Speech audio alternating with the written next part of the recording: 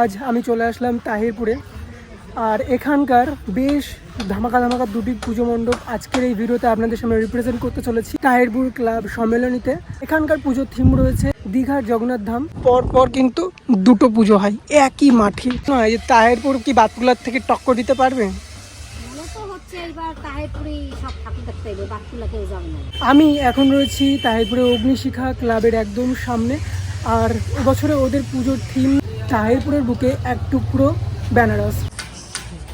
কাপড়ের কালারটা দেখে মন ছুঁয়ে যাচ্ছে যে কত সুন্দর হচ্ছে, বিশেষ করে এই বিল্ডিং এর পার্টটা। গঙ্গা আরতি দেখতে হলে কিন্তু আপনাদেরকে রাধে রাধে এভরিওয়ান। আজ আমি চলে আসলাম তাহিরপুরে। এখানকার বেশ ধামাকা ধামাকা দুটি পুজো মণ্ডপ আজকের এই ভিডিওতে আপনাদের সামনে রিপ্রেজেন্ট করতে চলেছি। সর্বপ্রথমে আমি রয়েছি এখন তাহিরপুর ক্লাব সম্মেলনীতে। এখানকার পুজোর থিম রয়েছে দীঘার, পুরী নয়, দীঘার জগন্নাথ ধাম। আর সেটাকেই এখন আমি আপনাদের সামনে দেখাবো যে কতটা কাজ এগিয়েছে। সো চলুন, আর কিভাবে আসবেন সমস্ত বিস্তারিত তথ্য থাকছে এই ভিডিওতে। সো কন্টিনিউ দেখতে থাকুন, আশা করি বেশ ভালো লাগবে। আমি রয়েছি একদম মাঠের পেছন দিকটা করে, অর্থাৎ পুজো মণ্ডপের একদম পেছনের স্ট্রাকচারটা দেখতে পাচ্ছেন এখানে রয়েছে। এটার হাইট প্রায় 75 থেকে 80 ফুট হবে আমার ধারণায়। কারণ কি এতদিন ধরে তো আমরা 100 ফুট 150 ফুটের অনেক পুজো মণ্ডপ দেখলাম, তারই হিসেবে আমার মনে হয় এটার হাইট হতে পারে 75 থেকে 80 ফুট। এই পেছনের স্ট্রাকচারটা, এই যে দীঘার জগন্নাথ ধাম, সেই ধামের যে স্ট্রাকচার দেখতে পাচ্ছেন সামনে থেকে, এই যে পেছন দিকটা, মেবি পুজোর দিনগুলোতে ওই দিক থেকে কিন্তু পুজো মণ্ডপে ঢুকবে দর্শনার্থীরা, সেটাই বোঝা যাচ্ছে ইতিমধ্যে। আর আমি যেটা শুনলাম এখানে এসে, এই মাঠেই নাকি দেখতে পাচ্ছেন পরপর কিন্তু দুটো পুজো হয় একই মাঠে দুটো পুজো হয় ক্লাব সম্মেলনী। সেটা দেখতেই চলে আসলাম যে এখানে ঠিক কাজ কতটা হয়েছে, চলুন দেখা যাক।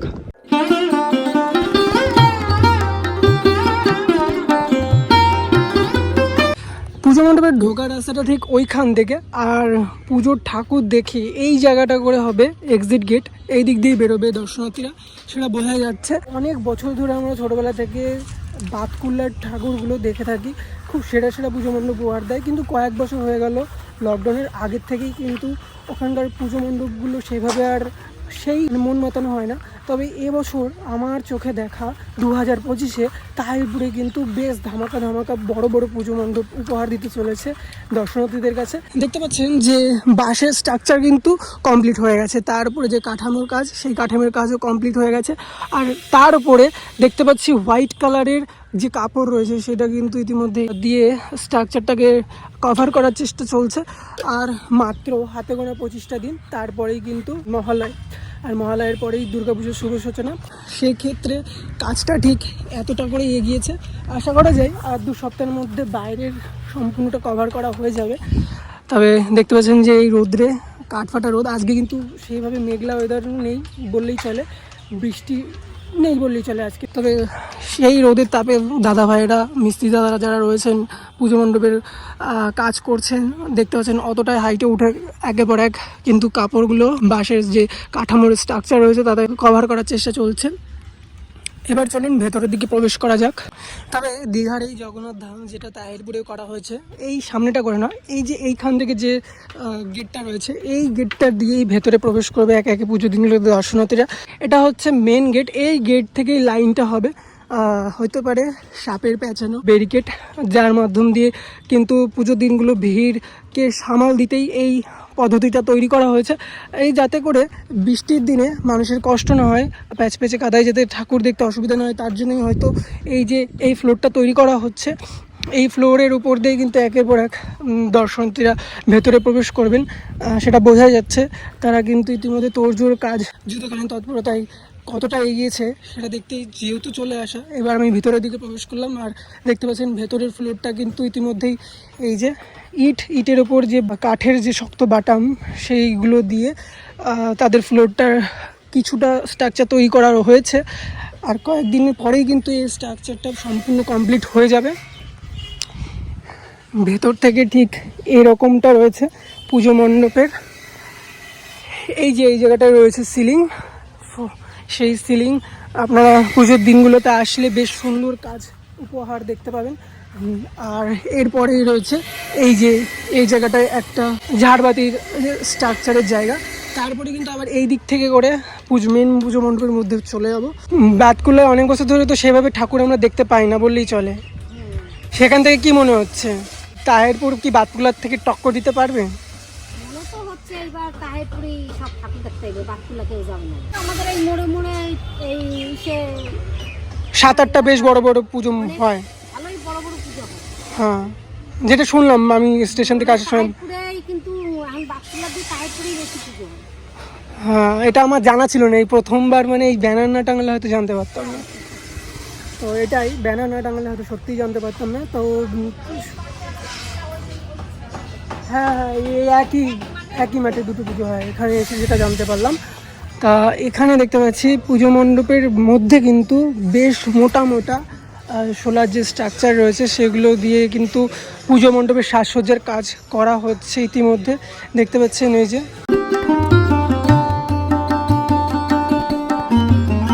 এখানে সোলার যে ডিজাইনের স্ট্রাকচারগুলো সেগুলো কিন্তু তৈরি করে রেখেছে ইতিমধ্যে।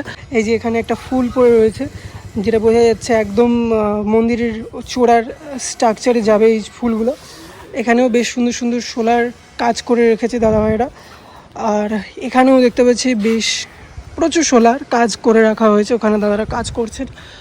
আর এটাই হচ্ছে মেন পুজো মণ্ডপের মধ্যেটা, যেখানটা করে এই যে সিলিংটা দেখতে পাচ্ছেন ইতিমধ্যে সোলার সাজে সজ্জিত হয়েছে, বেশ ভালো লাগছে। চলুন এক ঝলকে আপনাদেরকে দেখিয়ে দিই।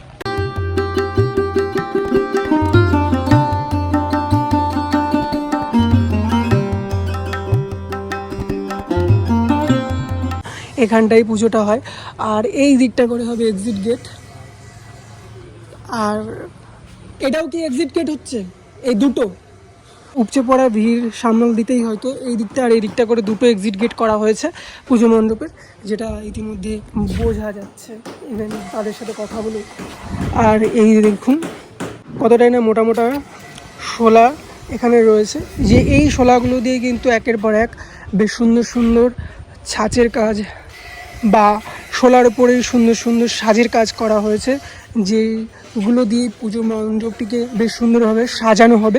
এখানে একটা ফুল রয়েছে দেখুন, এই যে পুজো মণ্ডপের একদম জগন্নাথ ধামের আমরা যেটা দেখে থাকি পুরীতে বা দীঘাতে, তার উপরের দিকে যেখানটা অ্যাকচুয়ালি চক্রটা থাকে, সেই চক্রটা যে জায়গাটা করে থাকে তার উপরে একদম চূড়ার উপরে কিন্তু এটা থাকে, সেটাই এটা তৈরি করা হয়েছে এখানে শোলা দিয়ে, দেখতে পাচ্ছেন।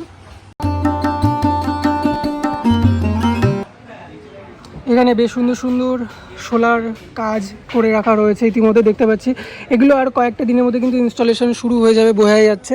তোড়জোড় চলছে, যুদ্ধকালীন তৎপরতায় কতটা কাজ এগিয়েছে সবটা দেখালাম আপনাদের। কেমন লাগলো অবশ্যই কমেন্টে জানাবেন। আশা করি বেশ ভালো লেগেছে। এবার চলে যাবো দ্বিতীয় পুজো মণ্ডপ প্রাঙ্গণে। সো চলুন যাওয়া যাক। জানিয়ে দিই এবার এই পুজো মণ্ডপে আপনারা কীভাবে আসবেন স্টেশন থেকে। আজ সময় করে চলে আসলাম তাহেরপুর। আর এখানে এসে প্রথমে টোটোয় উঠে পড়লাম, টোটোয় উঠে বললাম যে পার্কের মাঠে যাবো। এখানে পার্কের মাঠে দুটো পুজো হয়। এইখান দিয়ে যে পুজো মণ্ডপটা ঘুরে আসলাম, ঠিক ওই রাস্তা দিয়ে এলে এইখান দিয়ে একটা রাস্তা চলে গেল, এখান দিয়ে সোজা গেলে একটা মোড় পড়বে, আর এই মোড়ের পরে আর একটা মোড়, তখনই কিন্তু আর একটা পুজো মণ্ডপ। চলুন সেখানেই যাচ্ছি এখন।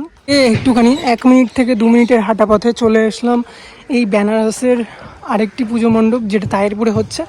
চলুন এখন রয়েছে রাস্তা জুড়ে, মানে কতটা এরিয়া জুড়ে এই পুজো মণ্ডপটি হচ্ছে সেটা বোঝা যাচ্ছে। সো চলুন একবার ভেতরের দিকে যাবো এবার।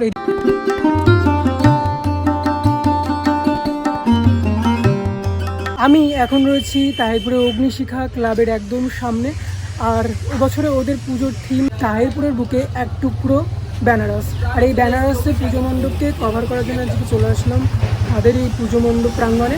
আমার পেছনে রয়েছে সেই পুজো মণ্ডপ প্রাঙ্গণ, আপনাদেরকে এখন সেটা রিপ্রেজেন্ট করবো।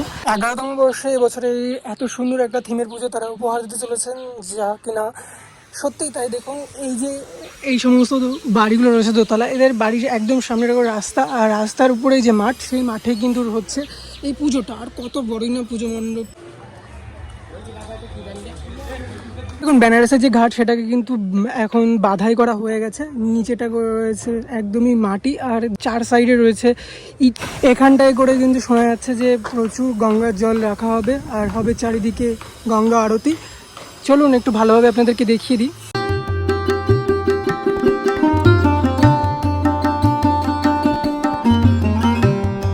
মন্দিরের এন্ট্রি গেট হচ্ছে ওটা, ওইখান দিয়ে ঢুকে ওই দিক দিয়ে এসে এই হবে মেন মন্দির প্রাঙ্গণ। আর এই মন্দির প্রাঙ্গণ ঘুরে গঙ্গা আরতি দেখে ঠিক এই রাস্তা করেই কিন্তু আবার মানুষ বেরিয়ে যাবে। তবে এই দিকটা করে রয়েছে বিল্ডিং তৈরি করা হচ্ছে, মানে ফুটে তোলা হচ্ছে একটা বিল্ডিংয়ের পার্ট এখানে রাখা হয়েছে। আর ওটা হচ্ছে মেন পুজো মণ্ডপ। চলুন একটু দেখানো যাক কাছের থেকে। এই পুজো মণ্ডপের হাইট রয়েছে কিন্তু 65 ফুট, আর ওটাই হবে মেন পুজো মণ্ডপ। তবে চলুন ভেতরে সোলার কাজ কতটা এগিয়েছে সেটা দেখিয়ে আসি আমি। মন্দিরে ঢোকার রাস্তা ব্লক করা রয়েছে, এই দিক দিয়ে দেখতে পাচ্ছেন কাটা অংশ, যার কারণে ওই দিকটা আমি যেতে পারবো না, যার কারণে এখান থেকে দেখাচ্ছি। দেখুন ভেতরে দাদা ভাইরা কিন্তু প্রচুর সোলার কাজ করে রেখেছে। ইভেন উপরে যে ফ্রেমটা মন্দিরের, সেই ফ্রেমের কাজ কিন্তু হালকা পাতলা ফিলফিলে যে প্লাইগুলো রয়েছে সেগুলো দিয়ে কিন্তু এই যে জায়গাগুলোকে করেছেন দেখতে পাচ্ছেন।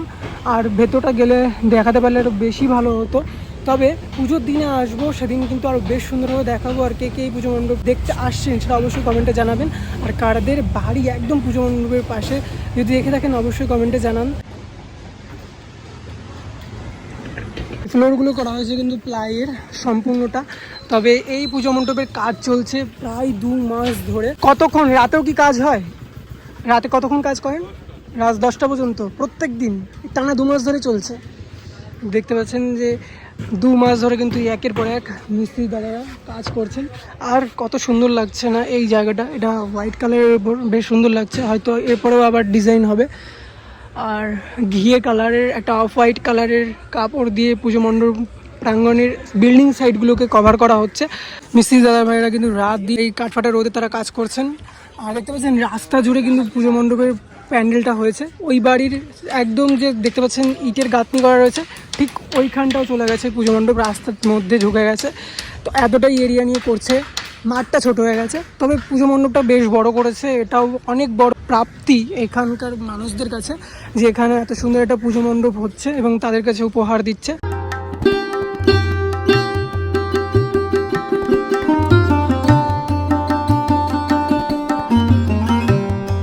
দেখতে পাচ্ছেন কত সুন্দর না লাগছে এই জায়গাটা করে, যে বিল্ডিং এর পার্টটাকে তৈরি করা হয়েছে, সাজিয়েছে এত সুন্দরভাবে। ঘিয়ে কালারের কাপড়টা, সেই কাপড়ের উপরে কিন্তু আবার রঙের আবরণ দেওয়া হবে। আর কত সুন্দর লাগছে সত্যি, মানে এখনই মন জুড়ে যাচ্ছে। মানে এই কাপড়ের কালারটা দেখে মন ছুঁয়ে যাচ্ছে যে কত সুন্দর হচ্ছে, বিশেষ করে এই বিল্ডিং এর পার্টটা। আরও তো এভরিথিং জায়গাগুলো রয়েছে। আর পুজোর দিনে আসলে মেন পুজো মণ্ডপের মধ্যে প্রবেশ করবো, আর সেদিনকে দেখাবো সম্পূর্ণ পুজো মণ্ডপটা। আর আরতি সহ সেই দিনের অপেক্ষায় রইলাম। যেটা জানতে পারলাম যে মহালয়ার দিন থেকে কিন্তু পুজো মণ্ডপের মধ্যে প্রবেশ করতে পারবেন মানুষ অবাধে, বিশেষ করে গ্রামবাসীরা। আর বাইরে থেকে যারা আসবেন তারা তো অবশ্যই দেখতে পাবেনই, কিন্তু গঙ্গা আরতি দেখতে হলে কিন্তু আপনাদেরকে ষষ্ঠীর দিন আসতে হবে। ষষ্ঠীর দিন মেন গঙ্গা আরতি দিয়ে শুরু হচ্ছে পুজো মণ্ডপ। আমি তো আসছি, আর আপনারা কারা কারা আসছেন অবশ্যই কমেন্টে জানান। দেখা হচ্ছে নেক্সট ভিডিওতে। ততক্ষণ যেন সুস্থ থাকবেন, ভালো থাকবেন, রাধে রাধে। এই পুজো মণ্ডপের থেকে এই যে এটা চলে গেলো ডান দিকে, আর এই রাস্তাটা করে চলে গেলে মেন রাস্তা থেকে একটা বট গাছ রয়েছে, চলুন দেখায়। এই রাস্তা দিয়ে ঢুকে গেলেই সেই পুজো মণ্ডপ যেটা দেখালাম। আর এখান দিয়ে এই যে গলিটা দেখতে পাচ্ছেন, এই গলি দিয়ে এখন প্রবেশ করলেই সোজা চলে যাবো স্টেশনে, সেই বট গাছের পেছন দিক দিয়ে। কিংবা ওই যে এখানে যে রাস্তাটা দেখতে পাচ্ছেন, রাস্তা দিয়ে আসলে হয়তো এই রাস্তায় চলে আসলাম। যাই হোক, এই রাস্তা দিয়ে চলে গেলেই ওই যে স্টেশন, টোটো স্ট্যান্ড দেখা যাচ্ছে। এই রাস্তা দিয়ে চলে আসলাম স্টেশন।